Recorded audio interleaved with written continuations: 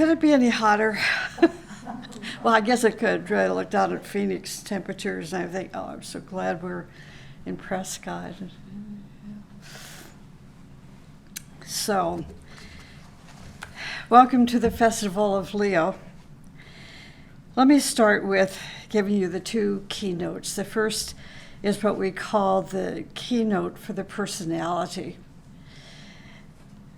And the words said, "Let other forms exist. I rule." And then the soul keynote for Leo is, "I am that, and that am I." Each month, many individuals and groups from around the world celebrate the full moon cycles.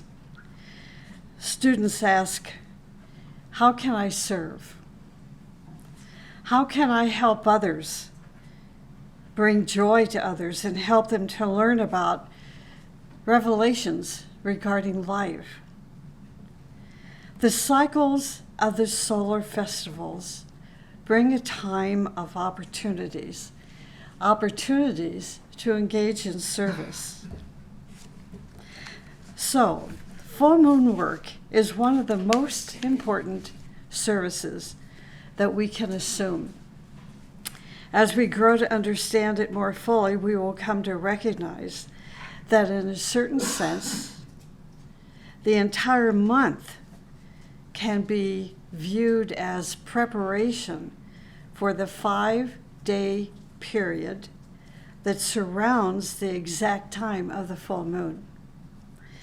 The exact day of this year's Leo Sun Festival is tomorrow, Monday, August 3rd. The specific subjective and objective preparations time actually started yesterday, which was Saturday, August 1st, and will continue through Wednesday, August 5th. So even though we experience the energies of each sign the sun passes through, there are actual 5 specific days that we can potentially engage in subjective work. A master told one of his students to view their subjective work throughout the 5 days as a preparation for the exact time of the full moon. He advised, build towards the full moon moment. Can't see. So let me start again. This is a quote, so it's important I get it right. Build towards the full moon moment when, in company with your fellow disciples, you make your approach and can be the recipient of certain forces which then you must learn to yield. Torgrim Serdarian wrote about the energies of the constellation of Leo and how to use them, saying, the great constellation of Leo has 3 main powers that radiate toward the planet at the time of the full moon of Leo. He said, if we are prepared, we can contact these energies, we can assimilate them, and express them in our lives through creative living. He explained that the first power emanating from Leo is called the vitalizing, healing, harmonizing energy. The second power, he said, is joy. And the third power is the power of victory and striving. Victory and striving. This power, victory and striving, the power that can crush any obstacle and hindrance and make its way toward greater perfection. So if we are sincere about helping others, ourselves, and the environment, truly wanting to make the best use of the Leo energies, putting these 3 powers into our life will be a most beautiful and consequential experience. Leo stands in a unique relationship to the sun, at the heart of our solar system. The planetary alignment established at this festival is what we call a heart-soul alignment. And this is the alignment. There's 5 parts to this alignment. The first part is the heart of humanity aligns with the heart of the planet. So we can just visualize this, that the heart of humanity is aligning with the heart of the planet, especially tomorrow. 2, the heart of the planet is in alignment with the spiritual hierarchy. The heart of the planet. The heart of the planet, it's just amazing to me, is in alignment with the spiritual hierarchy. 3, the alignment. This alignment creates a channel which extends to Sirius, that great star of initiation within the universe. Sirius has a unique relationship with our planet Earth. And it is through Sirius, this is the last alignment, it is through Sirius that the pure energy of love flows through the solar center and through the planetary heart. So this is the whole process of alignment at the time of the full moon of Leo. This alignment is evocative of the cosmic principle of love and freedom, both of which flows through Sirius and Leo into our own range of awareness. These 2 principles are making an increasing impact on human consciousness, affecting all areas of life. And I truly believe it is happening. You know, for those of us that have been studying the teaching for at least half of our lifetime, it's almost like we're in that 5-day of subjective and objective preparation, even though it's been, let's say, 30 years. And now we are right there at that moment, almost right there, at that moment of the exact time of this alignment of heart and soul. Watch what's happening with humanity. Those of us that are so horrified of what's happening in the world are no longer sitting in front of the computer just researching. We're now out in the trenches. We're writing, we're lecturing, we're talking with our friends, we're getting together with our neighbors, we're even talking to our family members about the changes that are coming into manifestation now, that are going to promise, we hope and we expect that these changes are going to promise a better world, a better humanity, a better future, especially for our young ones. Parents, grandparents, even great-grandparents are so afraid what we are giving as a legacy to our young people.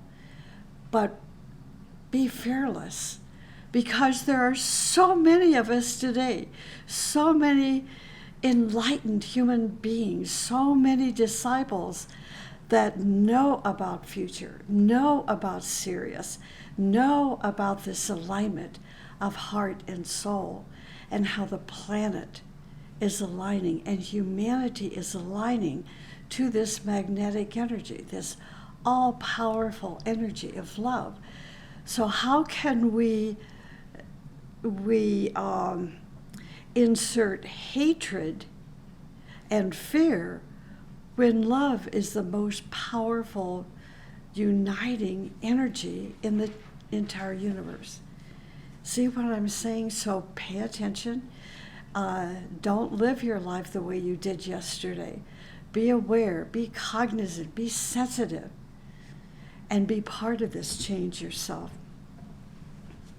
As the group, as discipleship groups all over the world seek to work with these energies and to cooperate with the spiritual hierarchy of the planet, the result will be seen in the increasing manifestation in humanity, of the principle of love and the freeing of human life from the oppression of materialism, the oppression of dense matter, and all that tends to imprison this human spirit.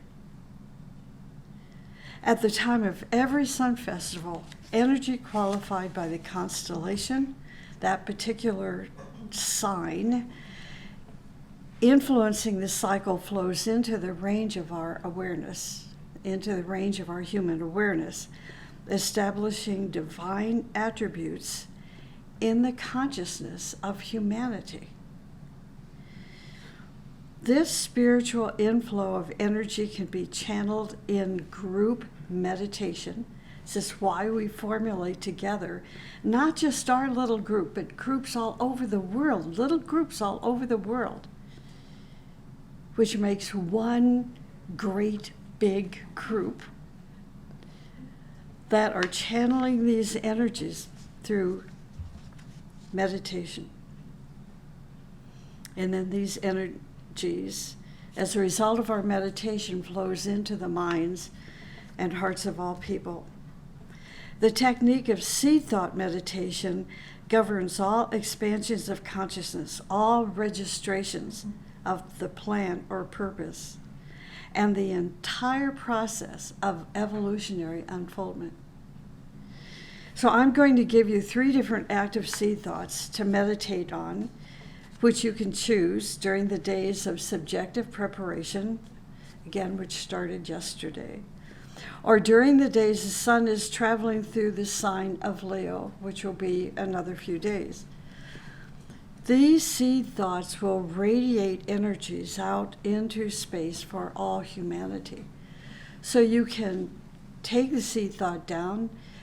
Just think about this seed thought during the day, in the morning, noon, night, like 9, noon, 5 o'clock, wherever you live. Think about these 3 seed thoughts, or one in particular. So the first one is this: towards the beginning of the new step of evolution, a new means of healing may be applied by grouping people according to the rays of the luminaries. Now, I'm not going to go into that, but I talked about the rays and initiations a couple of weeks ago. So go back and listen to that. Number 2, joy. Joy is the manifestation of the Creator's power, illumining a world in darkness. And our teaching enables all to share it through labor. And number 3, and this is the one we're going to use today for our meditation. When we go to sleep, not thinking of rest, but striving to the hierarchy of light with a thought of useful labor, we thus direct our energies to active help where it is most needed. So let me repeat that one, since that's one we're going to be doing today. When we go to sleep, not thinking of rest, but striving to the hierarchy of light with a thought of useful labor, we thus direct our energies to active help where it is most needed. The Leo full moon occurs tomorrow at 9 a.m. Pacific Daylight Time and Mountain Standard Time, 10 o'clock in the morning Mountain Daylight Time, 11 o'clock a.m. Central Daylight Time, and 12 noon Eastern Daylight Time. H.P. Blavatsky. She is well known to most serious students of the spiritual or esoteric tradition. She was a Leo. Blavatsky was born on August 12, 1831, in the Ukraine, and she died at the age of 59. So she died of the flu, actually. I know. I'm going to talk a bit about her today. There's a monastery in Shigatse called the Tashiumpo Monastery. and the location of which Blavatsky swore held the Zenzar texts that she translated. Shigatse is the second largest city in Tibet and is as famous as Blavatsky, holding many mysteries and legends, including a false statement that the masters at one time lived there. However, it is a well-known fact that until 1950, it was the traditional seat of the Panchen Lamas. The Panchen Lama is a Tulku of the Gelug school of Tibetan Buddhism, and one of the most important figures in the Gelug tradition, with its spiritual authority second only to the Dalai Lama, the Panchen Lama. Helena Rourke, in one of her letters, stated that the Mahatmas did not dwell in Shigatse. She said the stronghold of light is many, many miles away from there. She said the entrances to this stronghold are very well guarded. Many ways lead to it. Often one must walk on subterranean paths, including going under rivers, in order to reach the sacred summits. But for those who are called, there are signposts. Blavatsky wrote that at one point she received a message from Master Moria to travel to Constantinople, where the master met her.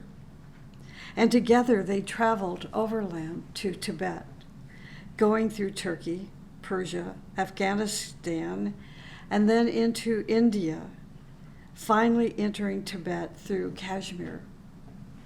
All these are countries we're so familiar with, but rarely do we associate these countries with the passage that Master M and Blavatsky took together. There, they stayed. Listen to this. It's just so surreal to me.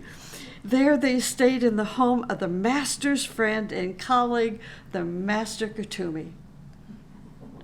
Hi, friend. Just imagine. And that home of Master Kutumi is near the Tashe Umpo Monastery in Shigatse. Madame Blavatsky stated that both Master Moria and Master Kutumi were Kashmiris of the Punjabi region. It was at his home that Kutumi taught students of the Gelugpa sect of Tibetan Buddhism. The Master Kutumi spent time in London, in Highland Park. He is fluent in both English and French.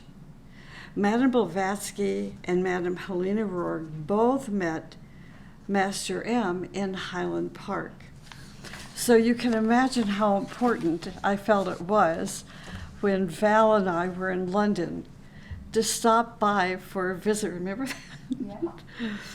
Even though nothing quite so exciting an event occurred, but we were there nonetheless.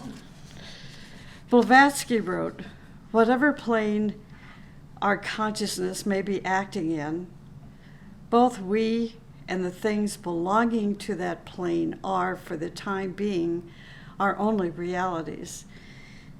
She said, as we rise in the scale of development, we perceive that during the stages through which we have passed, we mistook shadows for realities. And the upward progress of the spirit is a series of progressive awakenings. Each advance bringing with it the idea that now at last we have reached reality. She said, but only when we have reached the absolute consciousness and blended our own with it shall we be free from the delusions produced by Maya. She also wrote, Do not be afraid of your difficulties. Do not wish you could be in another circumstance than you are. For when you have made the best of an adversity, it becomes a stepping stone to a splendid opportunity. It's like, bless the obstacles, right? It is during the days of Leo that spiritual students can take advantage of these energies by moving from the selfish, self-centered energies of Leo to the universal soul nature of Leo. When the sun is in Leo, humanity has an opportunity to move away from the herding instinct of mass consciousness. In other words, to move away from the irresponsibility of their lower nature by becoming a functioning, awakening person. So how is this done? Through the fiery energies of Leo. So what is fire? Fire is striving and change. This is the important key words. Striving and change. It is purification and advancement. This is fire. It is striving and change. It is purification and advancement. It is illumination. This is, if you've ever tried to define fire, this is it in a nutshell. So I'm going to repeat it. It is striving and change. It is purification and advancement. It is illumination. Now, first comes purification and change, and then the forward motion of striving. Striving is the result of change. Striving is the result of change. It's like you have the statement I just mentioned from Agni Yoga teaching, to bless the obstacles, for through them we grow. The obstacle is what provides the opportunity for change. Then the change provides the impetus, the energy for striving. To change, we must go through purification disciplines. And this is why we have earthly teachers, to help us navigate through this transformational process. Torgrim Saradarian said, "One day I said the best teachers are those teachers who make you feel miserable because they do not hide anything that they see in you. But if you are very touchy, you can be angry and then create a lot of problems. Then the teacher cannot talk to you. The teacher leaves you to degenerate. Once successful, your old cycles of behaviors will come to a close. You change your job. I mean, these are just not big, humongous, life-shattering changes. They're very simple, actually. You change your job. Well, it's not always so simple to change your job, but it's not like moving to a cave in the Himalayas. You move to a new home. You change your relationships. You change your this and that. This is what I mean by once successful, your old cycles of behaviors will come to a close. Once a change occurs, you now have the potential to strive, to find the next job, the next home, the next relationship, the best investment, and so forth. And with each step, we progress towards Shambhala, the Father's home. As an aspiring spiritual person, you can decide to change your consciousness and live a life of a disciple. As a disciple, you can change your consciousness and decide to live the life of an initiate.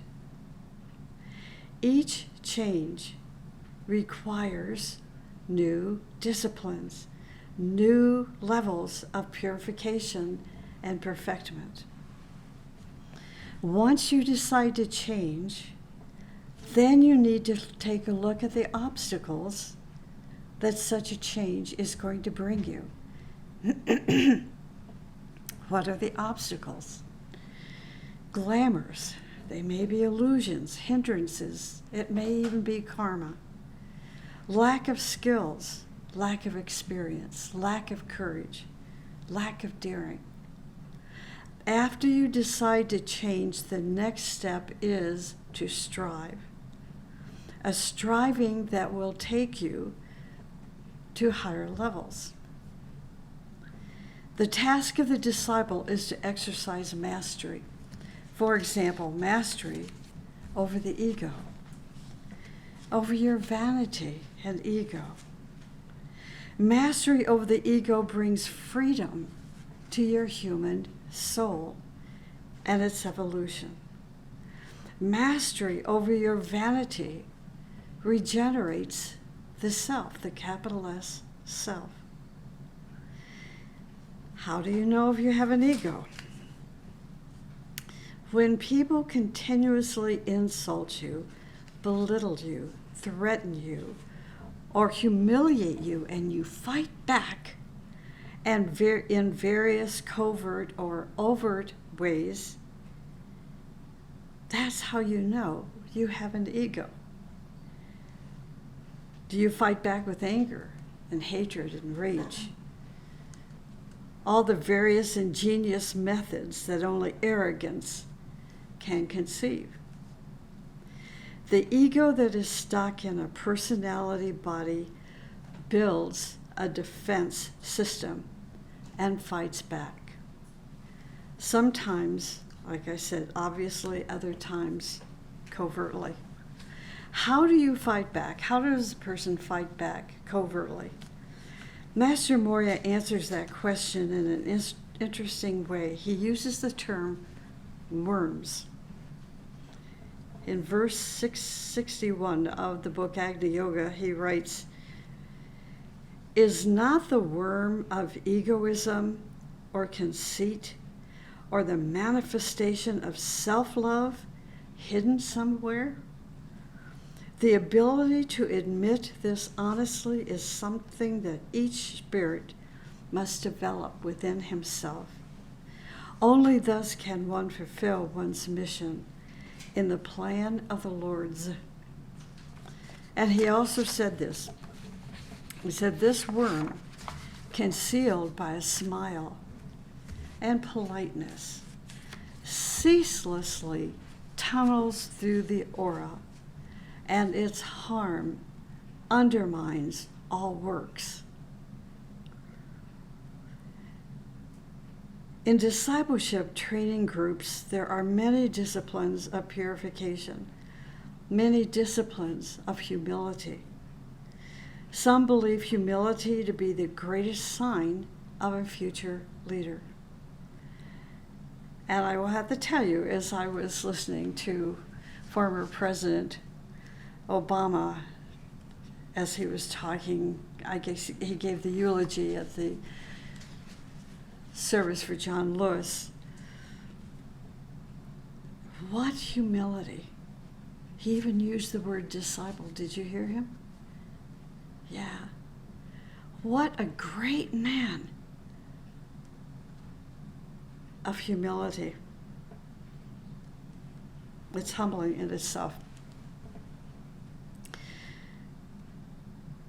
So during the month of Leo, decide how you want to change yourself, and then ask questions that will reveal the obstacles to make the changes.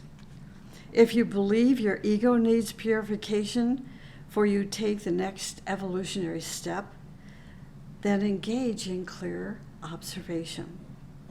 Daily try to observe your labor, motives, your position, your relationships, habits, lies, irritations, even your dreams.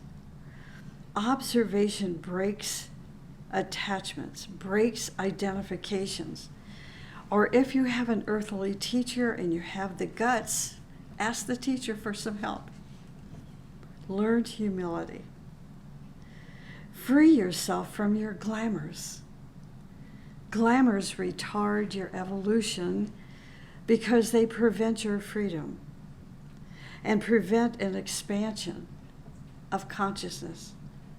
Isn't that something? What a profound statement. The masters have given us.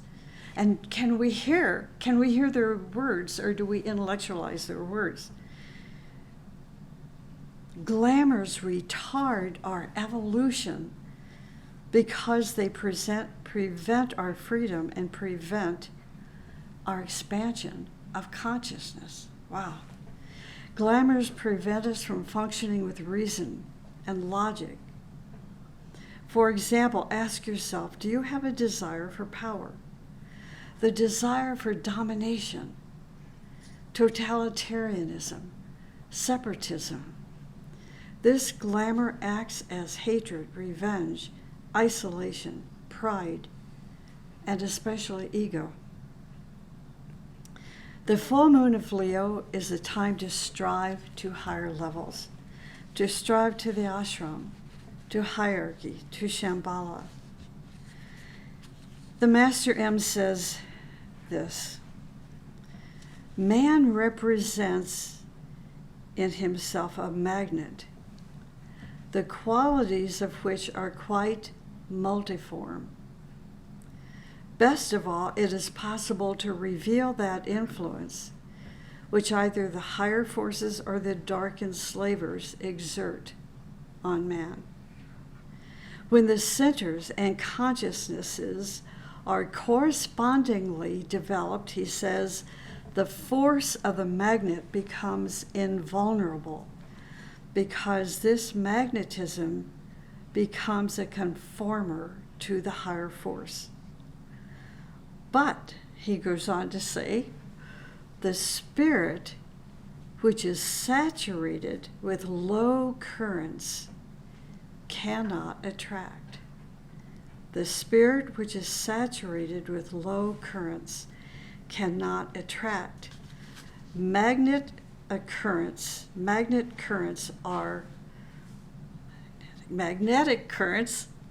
are directed only by forces which attract them. Magnetic currents are directed only by forces which attract them. And he closes this statement by saying, by losing attraction, it becomes impossible to respond to a vibration. I find that very interesting. And if you want to read more, that's from Fiery World 3, verse 332. It is the principle of freedom that enables Sanat Kumara to dwell on the earth and yet stand free from all contacts except those who have trodden the path of liberation and now stand free upon the cosmic physical plane. So as disciples during the month of Leo, we must strive to build the antakarana so that we may contact hierarchy and the ashram and Sirius. The full moon of Leo this month can be dedicated to the task of making contact via the hierarchy with Sirian force. Sirius is a second-ray energy. The logos of Sirius is the solar angel to our solar logos, the logos of our sun. Let me repeat that. Sirius is a second-ray energy. The logos of Sirius is a solar angel to our solar logos, the logos of the sun. Because of this, during certain initiations of the solar logos or the planetary logos, a great being from Sirius will appear. This is why Sirius is the star of initiation. We are told that our planetary hierarchy is under the spiritual magnetic control of the hierarchy of Sirius. Our planetary hierarchy is under the spiritual magnetic control of the hierarchy of Sirius. Vibrations from Sirius reach us from the mental plane. How can we strive? Think of this. How can we strive to make contact with the logos of Sirius?